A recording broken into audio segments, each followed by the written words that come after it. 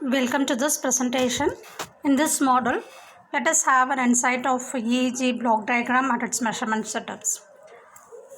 So as seen in the previous model, the LEDs will be placed at a distance of 10 to 20%, 10-20% of the starting and the ending points.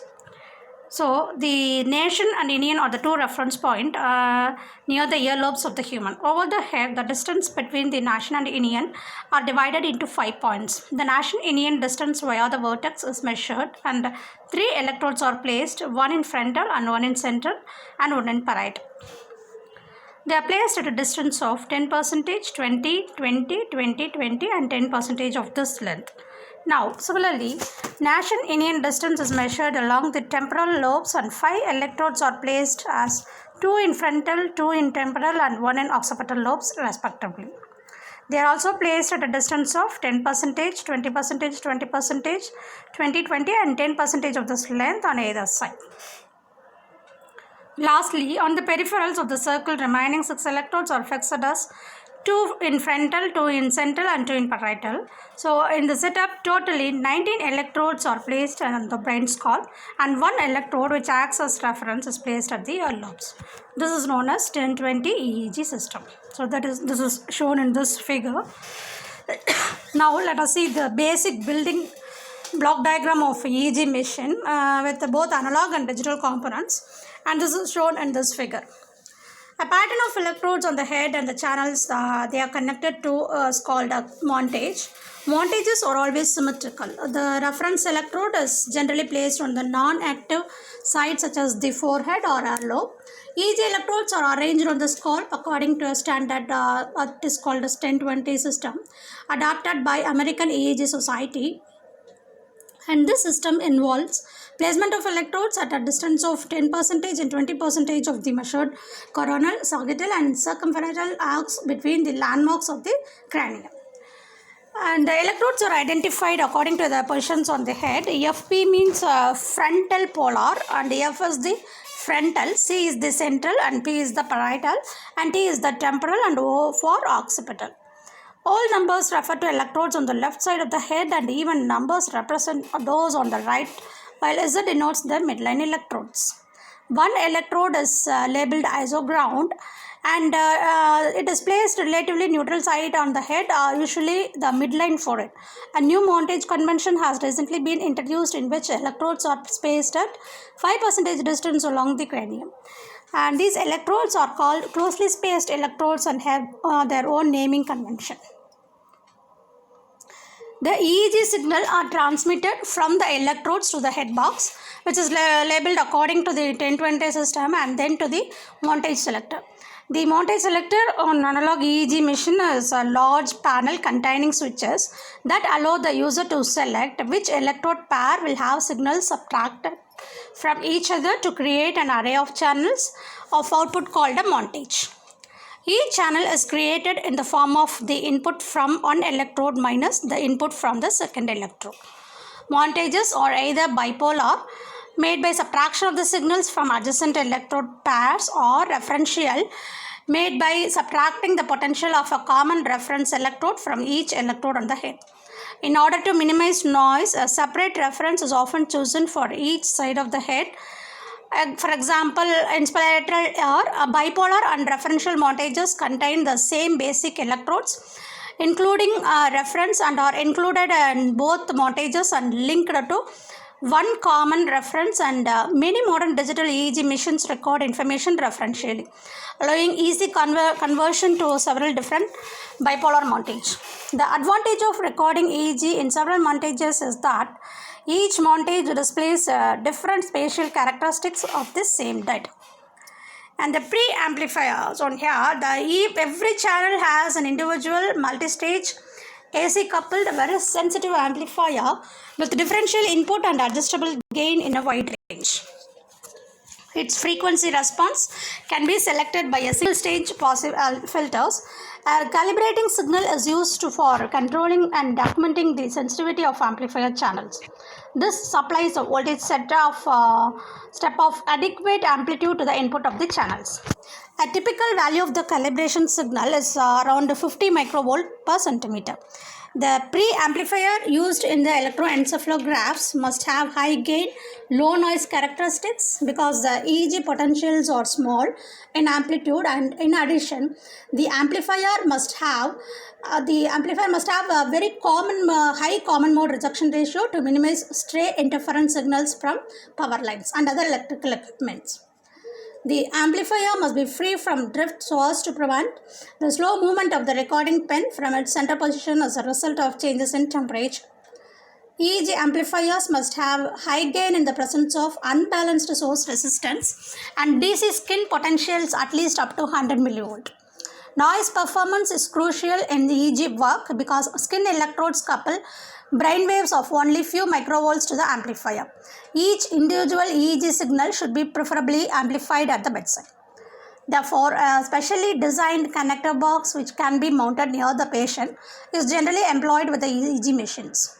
This ensures the avoidance of the cable or switching artifacts. The use of electrode amplifiers at the site also eliminates undesirable crosstalk effects of the individual electrode potentials. The connector box also carries a circuit arrangement for measuring the skin contact impedance of the electrodes with AC. Thus, poor electrode to skin contacts above a predetermined level can be easily spotted out. The overall sensitivity of the EEG machine is the gain of the amplifier multiplied by the sensitivity of the writer. Thus, if writer sensitivity is 1 cm per volt, the amplifier must have an overall gain of 20,000 for a 500 microvolt signal. The various stages are capacitor coupled. An EEG machine has two types of gain control. One is continuously variable and it is used to equalize the sensitivities of all channels. The other control operates in steps and is meant to increase or reduce the sensitivity of a channel by known amounts. This control is usually calibrated in decibels. The gain of the amplifier is normally set so that the signals of about 200 microvolt deflect the pens over their full linear range. Artifacts several times greater than this can cause excessive deflections of the pen by charging the coupling capacitors to large voltages. This will make the system unusable over a period depending upon the value of the coupling capacitor. To overcome this problem, modern EEG machines have a deblocking circuit similar to those used in ECG machines. Just like in ECG, when recorded by surface electrodes, an EEG may also contain muscle artifacts due to contraction of the scalp and neck muscles which overlay the brain and the skull. The artifacts are large and sharp in contrast to the ECG, causing great difficulty in both clinical and automated EEG interpretation. The most effective way to eliminate muscle artifact is to advise the subject to relax, but it is not always successful. So these artifacts are generally removed using low pass filters. This filter on an EEG machine has several selectable positions which are usually labeled in terms of time constant. A typical time constant values of the low frequency controls are 0.03, 0.1, 0.3 and 1 second. These time constants correspond to 3 dB points at frequencies of 5.3, 1.6, 0.53 and 0.16 Hz. The upper cutoff frequency can be controlled by the high frequency filter. Several values can be selected, typical by of them and being 15, 30, 70 and 300. Some EEG machines have a notch filter sharply tuned at 50 Hz so as to eliminate the mains frequency interference. These, however, have the undesirable property of ringing. They produce a damped oscillatory response to square wave calibration, and this calibration waveform will produce a notch filter which is preferably to restricted exceptional circumstances when all other methods of eliminating interference have been found to be ineffective. The high frequency of the response of the EEG machine will be the resultant of the response of the amplifier and writing part. So, in this figure, high frequency filter control of the most EEG machines generally refers to the amplifier, And the typical frequency range of standard EEG emission is 0.1 to 70 Hz through new emissions allow the detection and filtering. EEG amplifiers are selected for minimum noise level, which is expressed in terms of equivalent input voltage, and 2 microvolts is often stated as acceptable figure for the EEG recording. Noise contains components at all frequencies, and because of this, the recorded noise increases with the bandwidth of the system. It is therefore important to restrict the bandwidth that occur for faithful reproduction of the signal. Noise level should be specified as peak-to-peak value as it is seen on the record rather than RMS value, which could be misleading. The writing part of the EEG machine is usually the ink type direct writing recorder. The best type of pen motors used in the EEG machines have a frequency response of about 990 Hz, and most of the machines have a response lower than this, and some of them have it even as low as 45 Hz.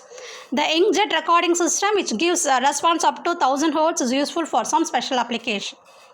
Paper drive, and this is provided by a synchronous motor. An accurate and stable paper drive mechanism is necessary, and it is normal practice to have several paper speeds available for selection. Speeds of 15, 30 and 60 mm are essential. Some machines also provide speed values outside this range. So a time scale is usually registered on the record by 1 or 2 marker pens, which make the mark once per second. Timing pulses are preferably generated independently of the paper drive mechanism in order to avoid difference in timing marks due to the changes in paper speed. The electroencephalogram is recorded simultaneously from an array of many electrodes, and the record can be made from bipolar and monopolar electrodes. The electrodes are connected to separate amplifiers and writing system, and microprocessors are now employed in most of the commercially available EEG machines. These machines permit customer programmable voltage selection. For example, up to 8 electrode combination can be selected with a keyboard switch. In fact, any desired combination of the electrodes can be selected with push buttons and can be memorized. And these machines also include a video monitor screen to display the selected pattern, as well as the position of the scalp sites with the electrode to skin contact.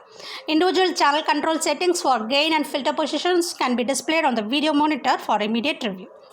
Therefore, a setting can be changed by a simple push button operation while looking at the display.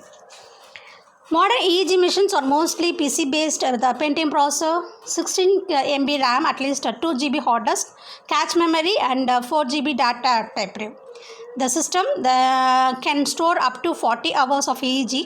The EEG displayed on a 43 cm color monitor with a resolution of 1280 by 1024 pixels. The user interface is through an ASCII keyboard, and the output is available in the hard copy form through a laser printer. Thank you.